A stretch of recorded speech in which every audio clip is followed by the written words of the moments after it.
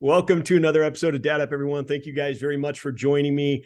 I am fired up for today's episode because this guy and I have kind of connected like I do with most of my guests through social media, and we've gotten a chance to know each other a little bit, but I'm real fired up that we got this chance to get this episode done and started. I'm really excited to dive into not only his journey, but his fatherhood role, because he's got a lot of kids and he's in the mess of things, and we'll get into all that. But my good friend Kyle Carnohan joined me on Dad Up. Welcome to the show, brother. Thank you for having me, man. Amidst the chaos of life, kids and poop and fevers and coughs and sinus infections, we don't stop, man. I love it. You're like, you want to reschedule? I'm like, reschedule? What even is that? I don't even know what that is. Yeah, for those of you that don't know, Kyle is sick right now, and his daughter is sick, and he's still getting stuff done because he's a dad and he's got life, and life happens. And that's kind of the point of this show. Listen, we're all parents, whether there's dads or moms. And you may not know this, Kyle, but I've got 60% of my followers are men on the show that follow the show, and then 40% is women. So I have moms that watch this show too. So life gets busy as parents, and Kyle leads a very busy life, not only with his family. He's super dedicated to his kids, his wife, but he's a firefighter. He's got a huge following with his men tribe that he's got, his Superhuman Fathers. So I'm really excited for this conversation. So Kyle, for my listeners who may not know who you are, let's dive into a little bit of back history about you, kind of how you grew up, how you got into the things you're doing. I know you're a firefighter and all that, but and then obviously where you're at today. And obviously it's a dad podcast, so I want to know about your family as well. Yeah, man. I'm just a regular dude, man. I just that likes to show up and do stuff, and likes to do some creative stuff, and usually leans into things that maybe a lot of people wouldn't make moves on until they were ready. So I like to make moves when I'm completely not ready and just see what happens. And I found that that's kind of the secret formula to success in life. You just take a step in the dark, and you might step on a tripwire or fall off a cliff, but sometimes stuff happens for you. That's pretty cool. So I grew up in Oceanside, California, surf, skate, punk rock, like in the 90s, man. That was it. Skateboarding was life.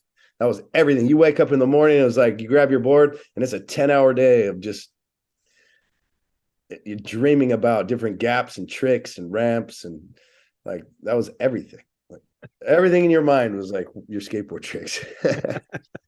And that lasted for me till about 35 years old. I'm dead serious, man.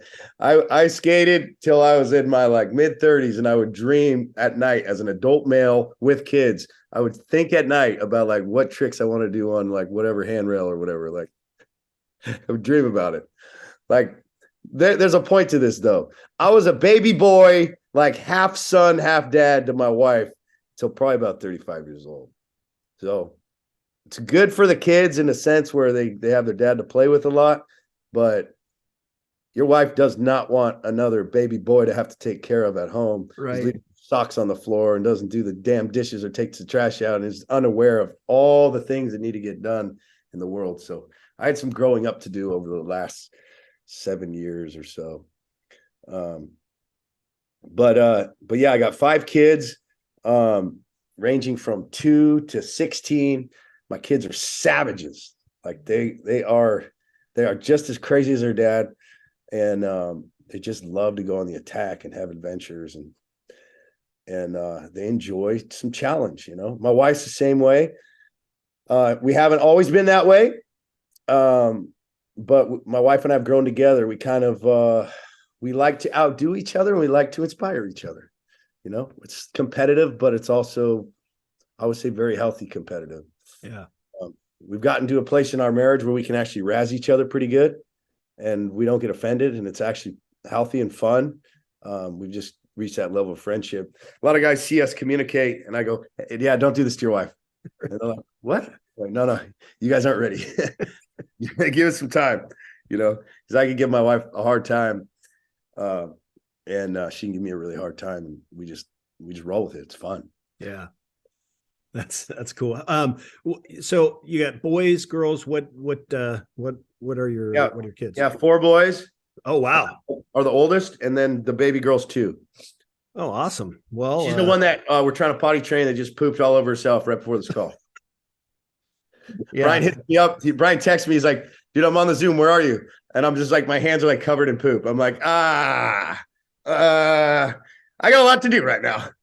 So I'm like texting with my pinky back to him. I'm like, hold on. that's I great. got to wash my hands. That's great. So you're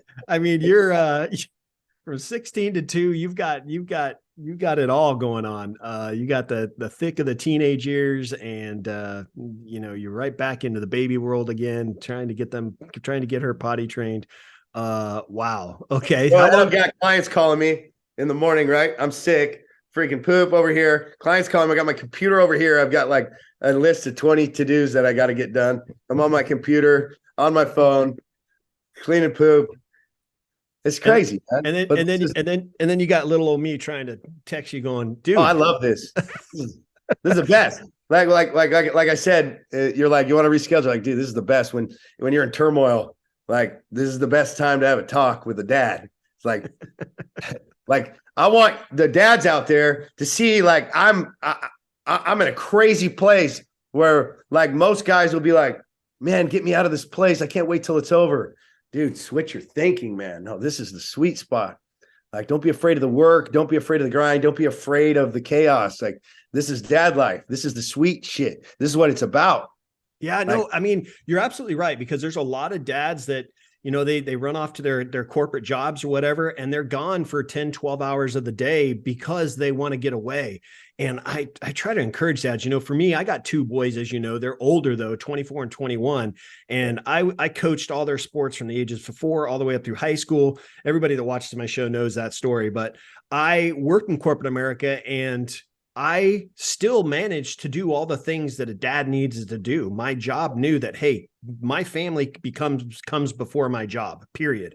End of story. And if that wasn't open for discussion, if they weren't comfortable with that, I would have found a new career. Literally would have found a new career. It's just my family comes first, and you miss out on opportunities. Yeah. The mess, like Kyle was talking about earlier, the mess that he's going through today, not only, he being sick, his daughter being sick, just trying to potty train and having accidents all over the place. That is real life.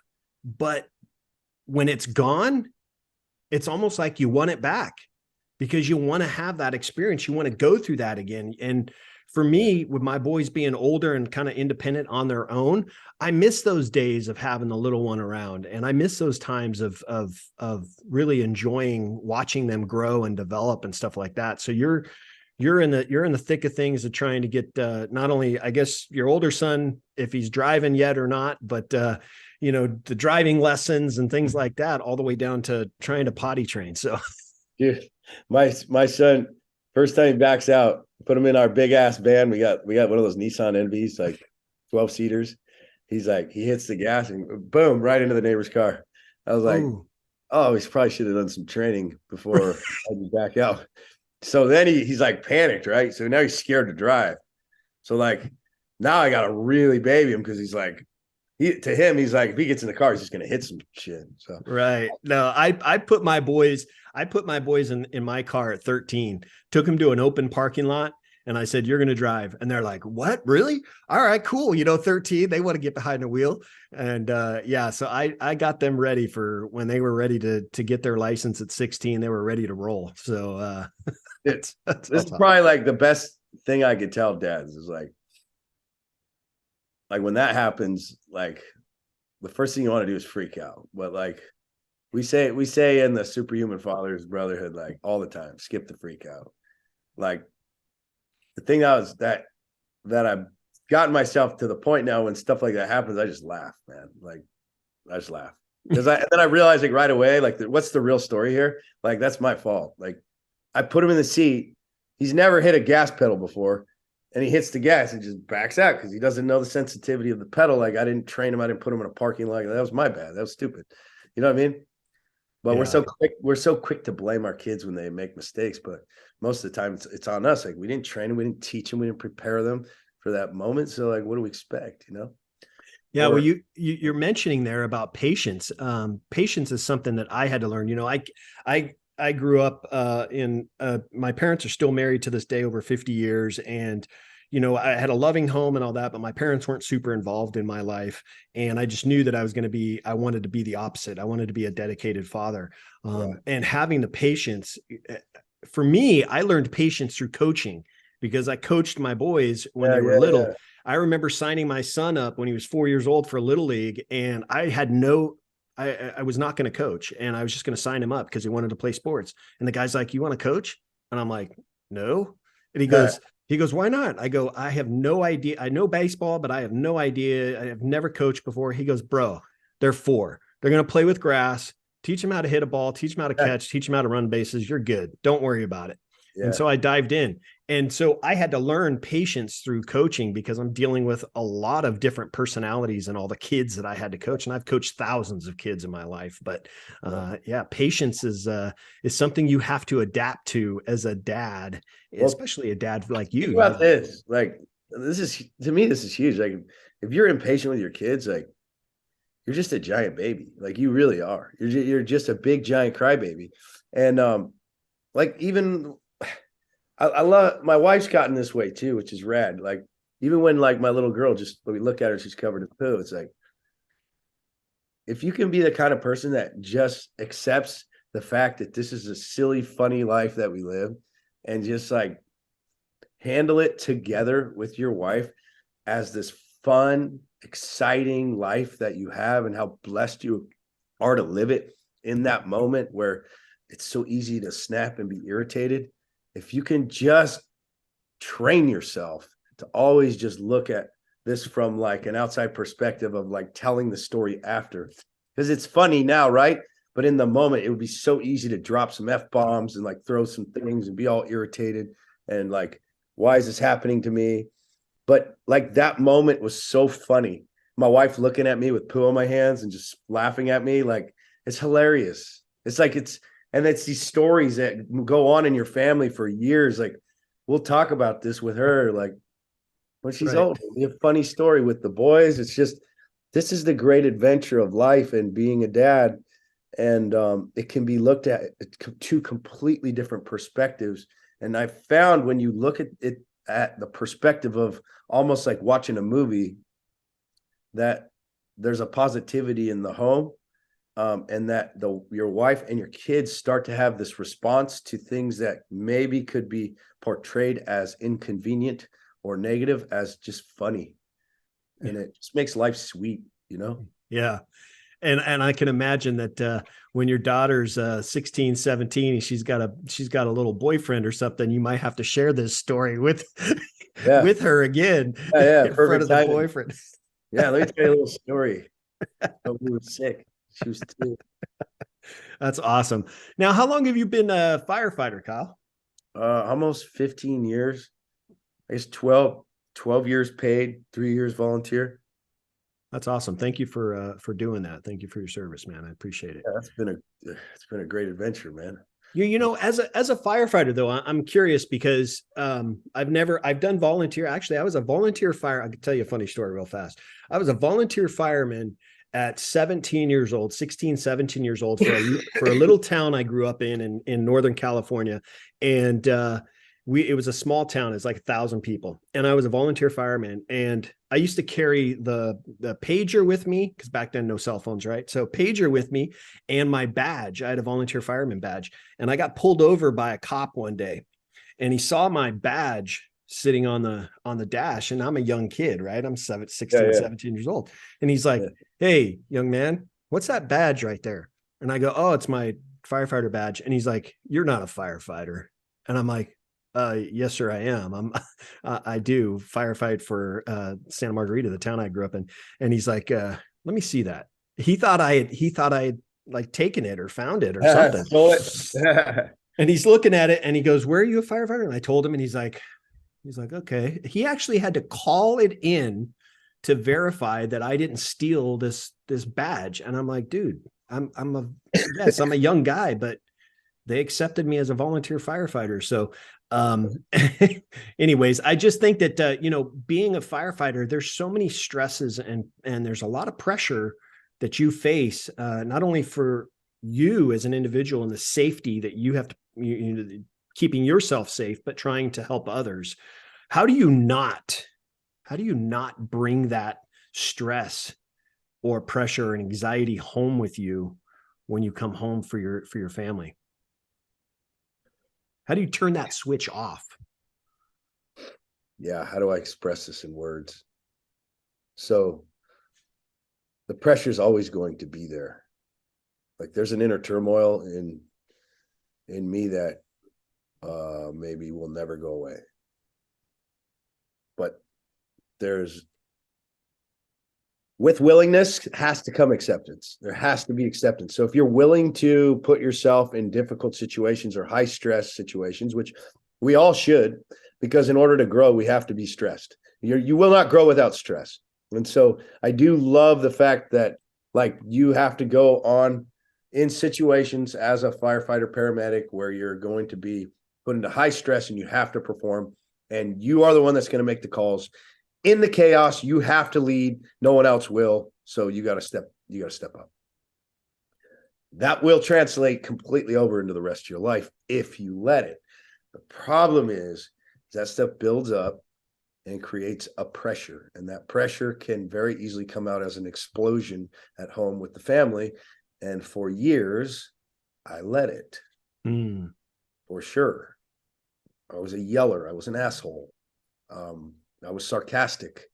I was also quiet and apathetic. And this doesn't just go for firemen. This goes for life. Like life is stressful. People, men stress about money all the time, about how they're going to pay the bills. And what happens is your family's there, but you're not. You're just staring off into the space, thinking about all the terrible things that are going to happen, or how am I going to figure this out? And it almost ruins your life. I learned to separate the two and realize what I had to tell myself is this is just chemicals in my brain. It's just chemicals. That's all it is. And I really would be a bitch if I let chemicals affect the way that I treated my family. And so I started to tie my self-respect and my feeling of being a man with my ability to be who they needed, regardless of what was happening to me, and to not share my inner turmoil with them. I would share that with my brothers at work. I would share that with my friends. But I wasn't going to put that on my wife and my kids. So my goal every day was to give them the father that they need, regardless of what was going on with me, going back to the idea that me being a man means showing up for them.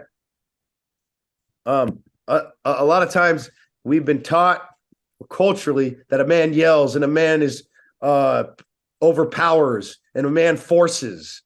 That is a bitch, my friend. That is someone who doesn't have control over themselves. This is what we were talking about in the beginning. The patient man, the loving man, the calm, soft, caring, approachable, easy father. That's a badass. Because that's the man that carries all the weight of all this stress and yet makes it look easy. And so look, I would say for men to look at their own lives and see how they're showing up at home with the stress that they carry. What is the vibe they're putting out? Like, what is the feeling that your wife and your kids have around you? Because in the end, that's the only thing that's going to matter is what do they feel when they're around their dad? Do they feel empowered? Do they feel like they believe? Do they feel safe? Do they feel excited about life when they're around their dad? Everyone's had those friends or people that they're around that were just like, they just get into a flow state. Things feel like, man, everything's gonna be okay when this person's around. That's who we have to be for our families. And sometimes it's really hard because we do have all that pressure. We have to remember it's just chemicals. That's all it is. It's just chemicals in your head. We still have the choice to make the decisions to react how we want to. Yeah. Choice is a big part of it. You have the choice, and you can either choose to be this, jerk of a dad or a husband, or you can choose to be the dad or the husband that your family needs you to be. And I think that one of the things that, you know, some of the dads that I've coached and stuff, one of the things that I've told them is I said, look, be genuine with your family, be genuine with your wife, be genuine with your kids. And if you have to, ask your wife or your husband, for that matter, for the moms that are out there, or ask your kids, how am I doing? How am I doing as a dad? How am I doing as a husband? You'll be amazed at what kids will tell you. They're going to be honest with you. Yeah. And they're going to tell you the things that they don't like about you. And that may be hard to hear, but sometimes it's a wake-up call. Sometimes it's that call that says, look, this is what you're doing, and it's not setting a good example. It's not painting a good picture for your family, and you have to make adjustments. And yes, life is hard. Yes, we have stress. I have stress. Kyle has stress. You that are watching have stress and pressure that you feel. But the second that you turn it on to your family, your wife, and your kids, your family's not going to be the same. They're going to be different, and they're going to look at you different. I teach my kids all the time, so, their whole lives growing up, that I told them, this is a safe space. My home is a safe space. You can come talk to me anytime you want about anything that's on your mind, even if it's something that I've done. Don't ever be afraid when you're in this home to speak how you want to speak about the things that you're feeling. And there were many a times that I had to take an extra 5 to 10 minutes to just go for a little bit of a drive before I pulled up in the driveway to get my mind right before I walked in that door. Because I knew that if I walked in the door with how I was feeling at that moment, it wasn't going to go well for my wife and kids or for me. And so I had to check myself before I walked in that door. As a firefighter, I was in the Marine Corps, as a military guy, as a police officer, whatever it is, whatever kind of line of work that you're in, even if you're, you know, an entrepreneur, you walk in the door, you have to be 100% checked in as a family man, because that's your legacy. And I teach this all the time. Your legacy starts in your home. And the second that you try to bring those outside forces into your head and into your family is going to feel it, and it's going to go bad. It's not going to go the way you want it. So kudos to you for realizing that, recognizing that, and making the shift or the change that you needed to make in you, Kyle, for showing up for your family, because I'm sure that your family notices, sees it. Your kids see everything that you do, right? They respond how you respond. They react to things how you react to things. So seeing that in you, knowing the human that you are, just meeting you virtually, knowing the human that you are, just shows the kind of dad, husband, and man that you are. So thank you for sharing that, brother. It's really hard for parents. It's really hard for dads, especially. We have egos, man. We have egos. And sometimes it's hard to keep that in check, you know? Yeah, that's the biggest problem in the marriage, man, is like really, if you think about it, marriage is so easy and simple. Just like dieting, just like it's easy and simple, right? If you just look at it on a piece of paper and the steps to do, you're like, oh yeah, that's easy. Oh, just don't be a dick, be nice, help them, make sure you spend time with them. It's like, okay, yeah, that seems easy. But in the moment, man, these emotions are so powerful.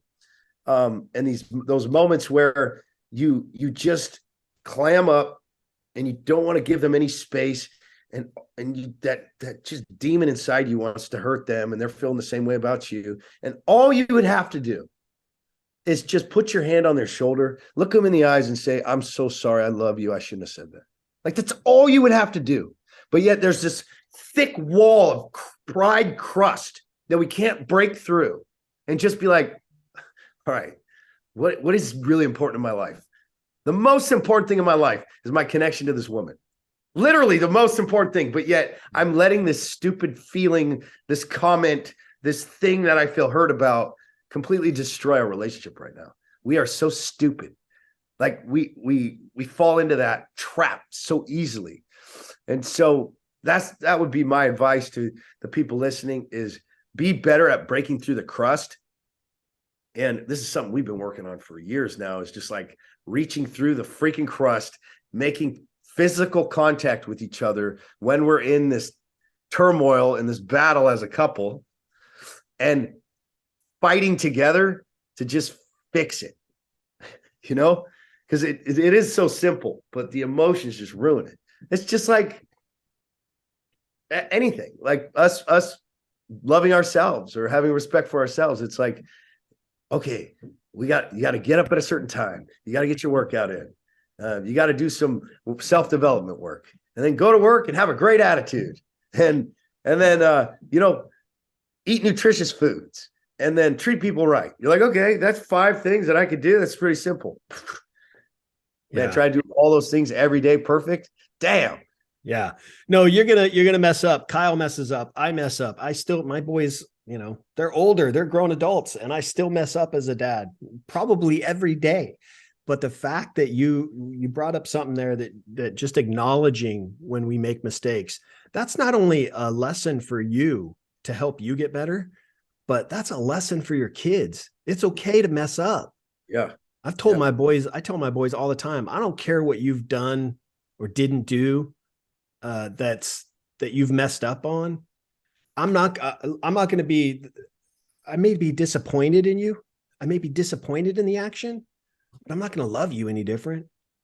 My love for you is still going to be the same. And I'm going to help you through whatever it is you need to go through.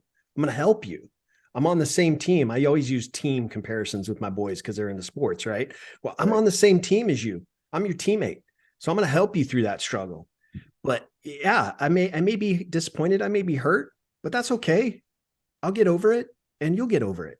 You know what we found with working with our hundreds of men in the Superhuman Fathers Brotherhood is, like, we found that if you apologize within the first 10 seconds, literally no harm, no foul. You get full 100% forgiveness credit, and it actually turns into like a funny joke, like, oh, dad lost his mind again. And then you're like, ah, ha, ha, and just laugh it off. Nobody cares. It's just when you let it fester and you dig in and try to defend yourself for being a jerk, like, that's when it gets infected. And that's when it affects relationships.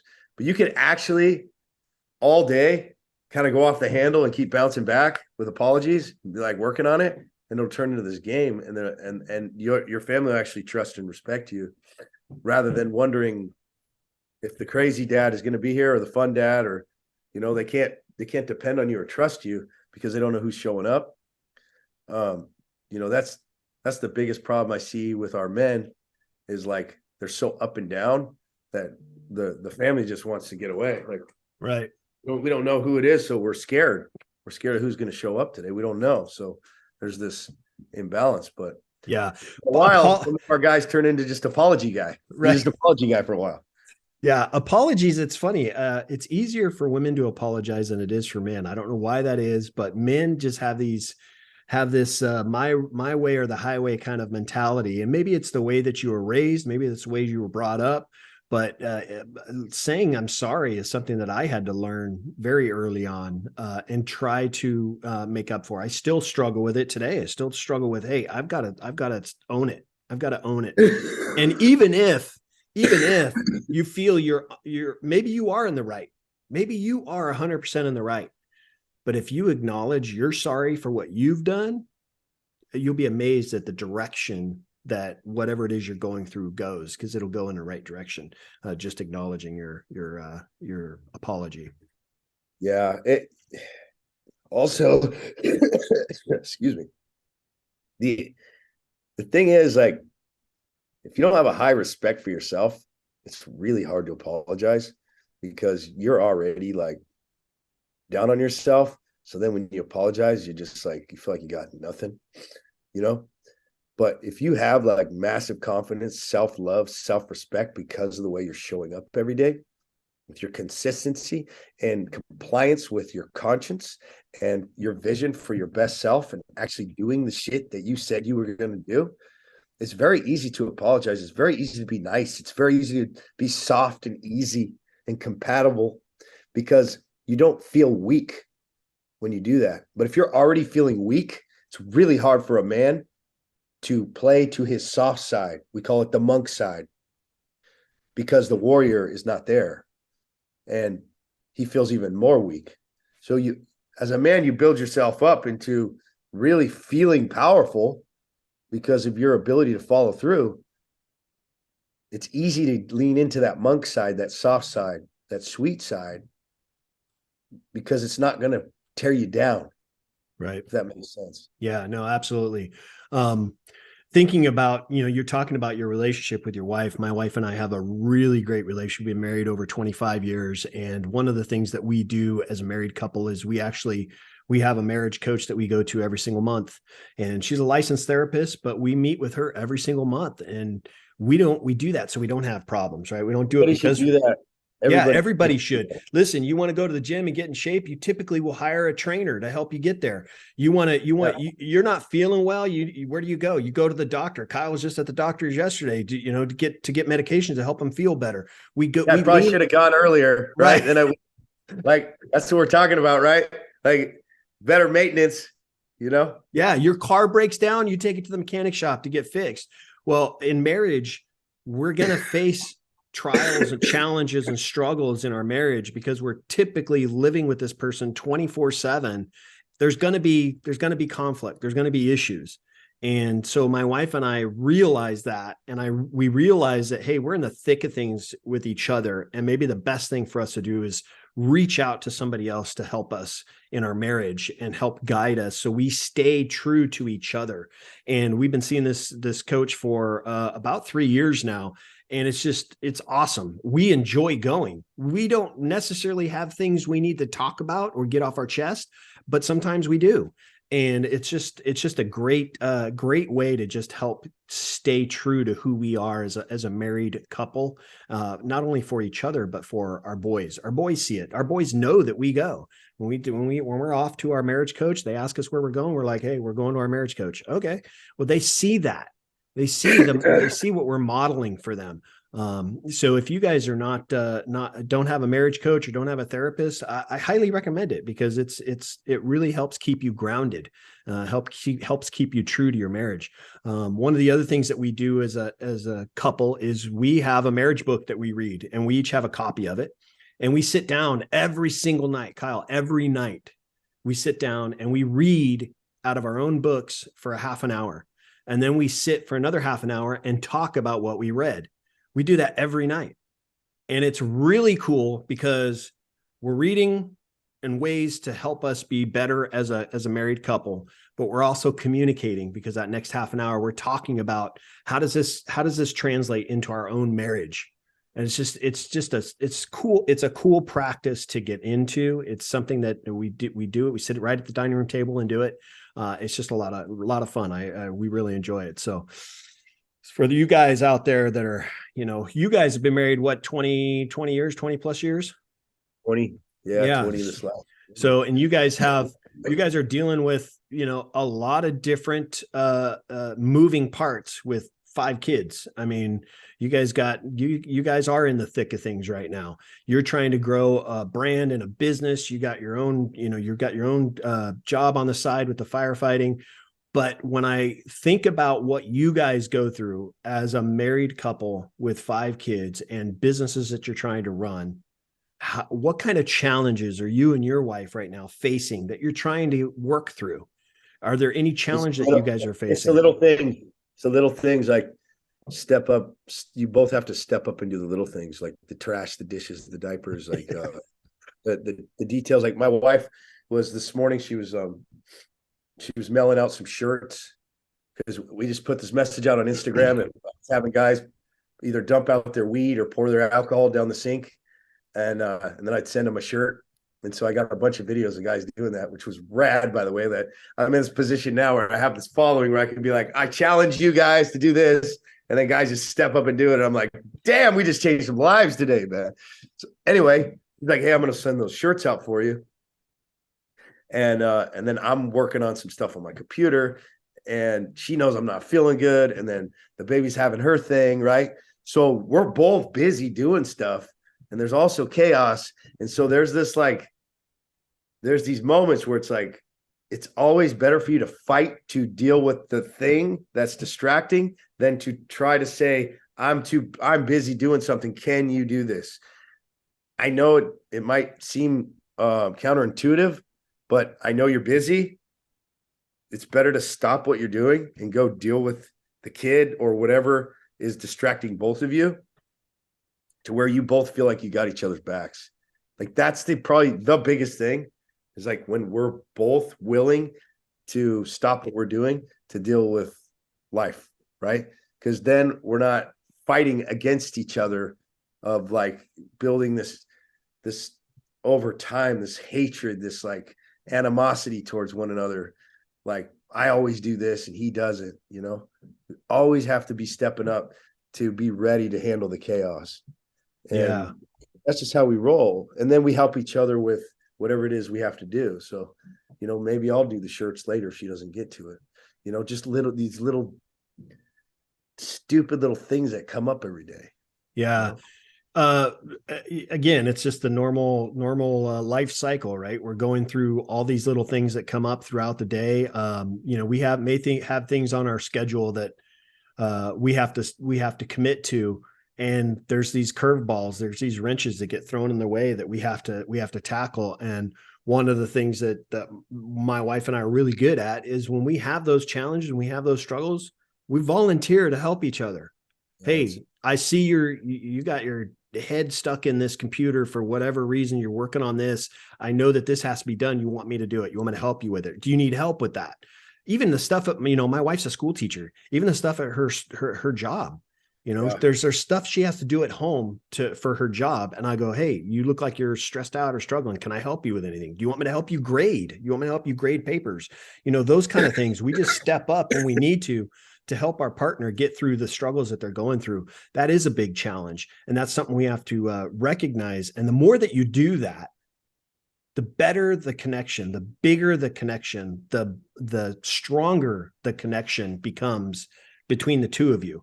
Because like you said, it's one of those things where we struggle with it as men. And the more that we do that for our wives, you'll be amazed at how grateful our spouses can be for us just stepping up and helping them out when they need help. Yeah. The other thing is guys always looking for a rest or the moment that when's my time or me time. It's like, bro, those times are done, my friend. Like, tell me what's most important to you, your you time, your rest time, or having an epic relationship with your family, being a leader to your kids, growing your kingdom, and being in epic physical condition. Like, are there things that are more important than that? Well, you know, getting my rocks off on some drinks with my buddies. Yeah. Okay, where does that lie on the level of importance, things that are going to make you fulfilled in your life? Yeah. It's low on the totem pole. And so, like, why would I put all this effort into, well, but I don't get my whatever when you're getting everything that's more important up here? And a lot of guys think that that's going to make them happy if they somehow get some sort of rest or break or whatever. That's not what you want. You maybe think you want that. You don't. What you want, you have right in your face right now. It's right here. This is what you want. This is what you've been dreaming of. You just can't see it because you're too close to it. It's right in your face. Yeah. Being a dad is the most epic thing in the world, and we fuck it up on purpose. Yep. Do it all the time. If we could just take a step away and see how blessed we are and bring the patience and love and the father that they need, man, this life is so good. It gives back so much. These relationships get so deep. Very few men actually find this level of connection with their wife and their kids.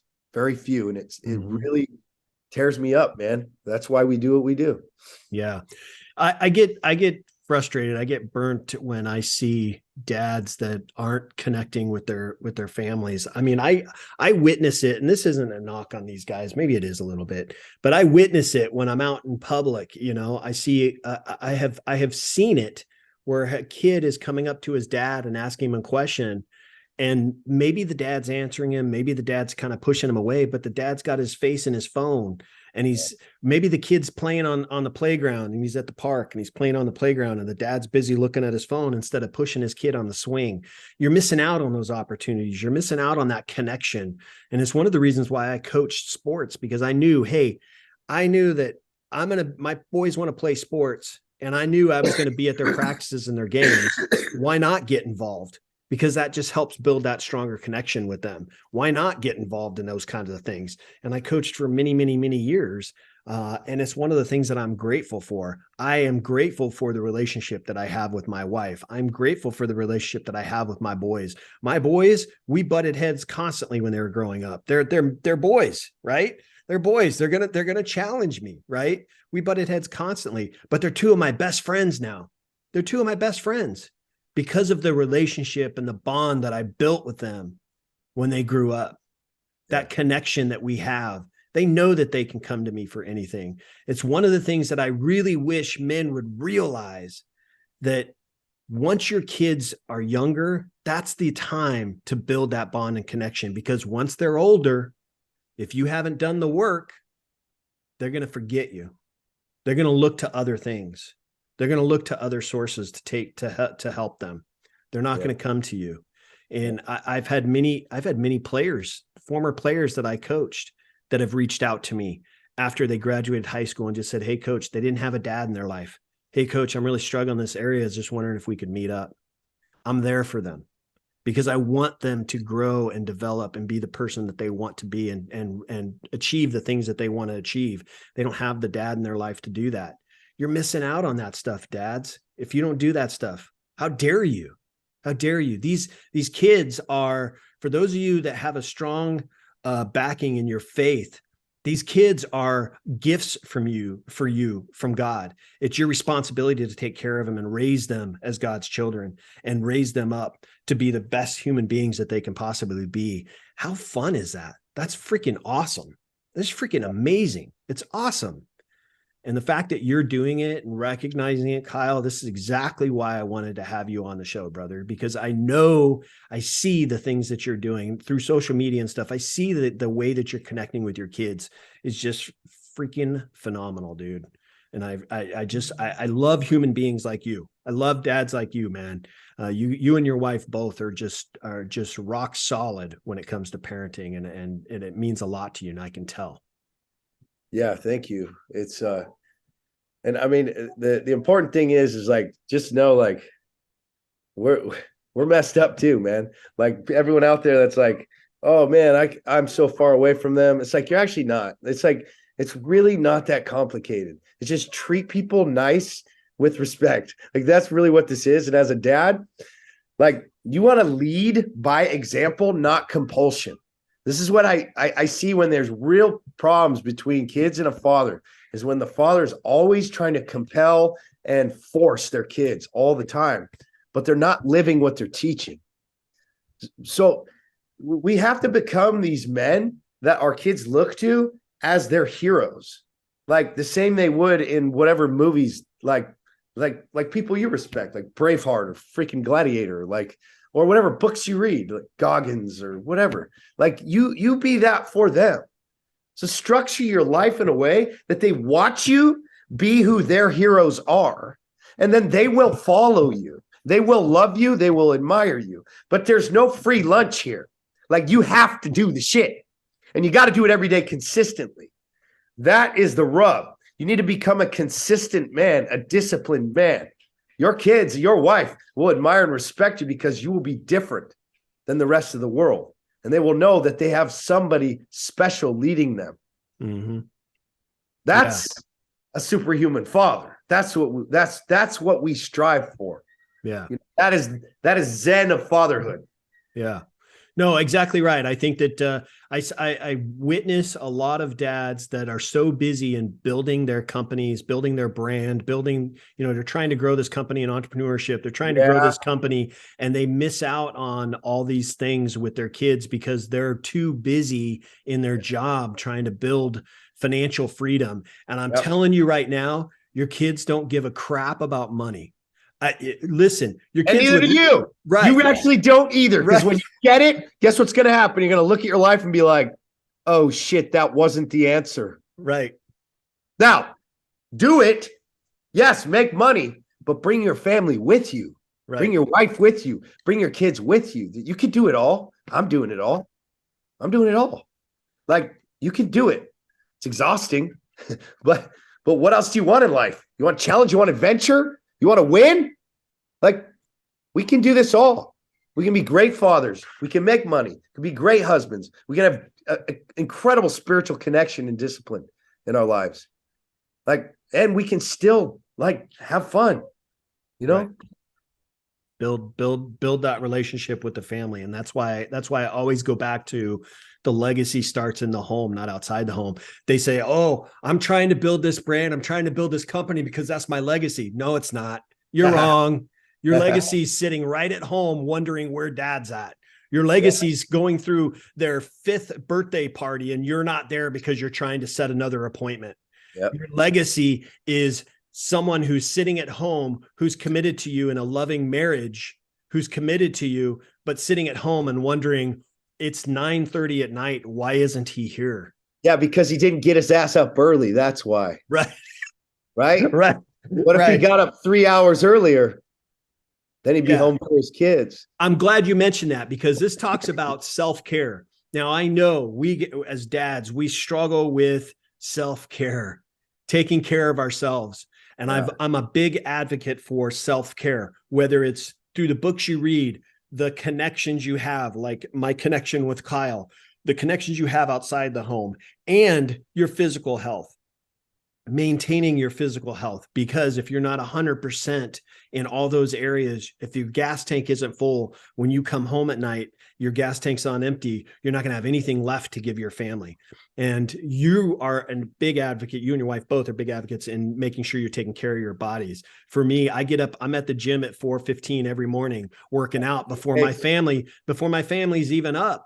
Yep. My wife gets up a little bit after me and she comes into the garage and works out on the treadmill, but I'm at the gym at 4:15 before my boys are even up.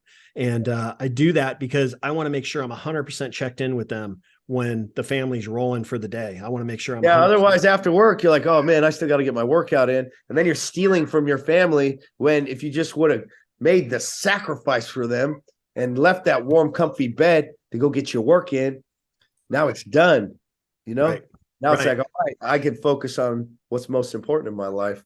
Yep. No, absolutely. And it's, I think about when my boys were growing up and I was coaching, there were times that I had to, working in corporate America, there were times that I had to leave the job at 2:00 in the afternoon so I could go to a game or whatever to coach a game. And I used to sacrifice my sleep. I'd get to the office at 4:00 in the morning to make sure that my job was done, but also that I was leaving at a time that I needed to leave to be there for my boys. It's called sacrifice. Maybe you lose a little bit of sleep. Well, just go to bed a little bit early. Your kids are in bed at 9:00 anyways. Just go to bed early. And that way you can get it. The suck, increasing the suck for a purpose and living a life and having a purpose in your life that you'd be willing to die for. That's a life right there. Yeah, no, that's some Braveheart shit. That's that's like waking up with purpose and meaning. Like when you wake up and you're like, oh, damn. And it's hard to get out of bed. And you're like, this is for my people. Mm-hmm. This pain right here is for my people. I mean, to me, there's just nothing more beautiful than a father who will suffer and sacrifice to give his family what they need in the dark when nobody else even knows. Yep. It's beautiful. You want to build some self-respect. That's how it's done right there. Yep. Self-respect, self-confidence, all those things come with it. And at the same time, if you're getting up early and going to the gym like me, like I'm doing, or like Kyle's doing, if you're getting up early and going to the gym, imagine the kind of way that you feel throughout the day. You're just energized. Your endorphins are kicked in. You're feeling pumped. You're feeling good about the day. And then you can crush the day and be there for your job or your family, whatever it is. You're 100% dialed in because you were able to take care of yourself first early in the morning and get that stuff done so you can be that 100% all-in dad, husband, whatever it is you need to be. Kyle, I want you to talk a little bit real quick about Superhuman Fathers and what it means to you, why you started it, what's the purpose behind it, and how is it helping other dads? Man, it's turned into like a magical place, man. Like there's magic here. I don't know where it comes from. I don't necessarily subscribe to like any like religion or God necessarily just yet. I'm still in a place of seeking my own spirituality, but I'm definitely connecting to something, whether that's God or Jesus or the universe. I'm not 100% sure yet, but there's meaning and purpose here. And I'm called to a great calling to rise men up, have them step up and become the men that they're supposed to be. And I'm watching it happen. And one of the things that's been so miraculous here is that when I can get a guy to wake up at the same time every day, when I can give him the right foods to eat and the right amounts, and he sticks to it, and he's putting forth the effort in the workouts, and he learns to truly love his wife, those four things, his world just completely changes, and everything gets affected. The money he makes gets affected. All his relationships, his leadership skills get affected. The way he walks around with his chest out and his shoulders back. And obviously, I mean, if anybody's seen my transformations, they're world-class. Like, you don't see anything like this, because we push men here. And when we can tap into here and put great spiritual meaning to your daily habits, you are unstoppable. And when a man feels unstoppable, there's a fire in his eyes that you cannot deny. And that's what's happening at Superhuman Fathers. And the best part is they don't even need me anymore.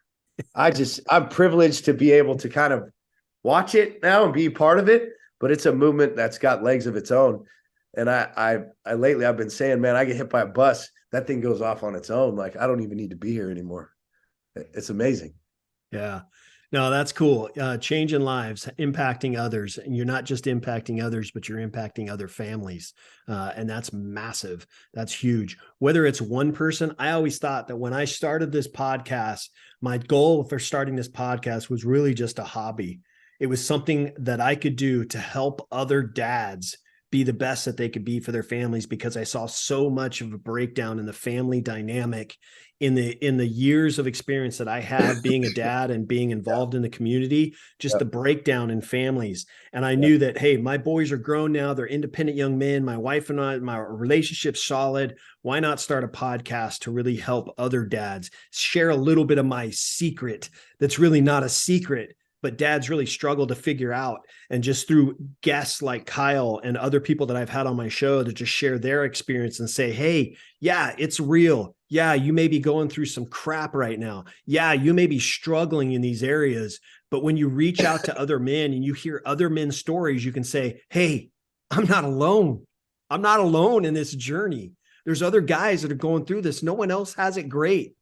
No one else has these other things that they're going through and just like coasting. No, it's not about that. It's about figuring out what this life is with my family and helping our family culture be better as a society.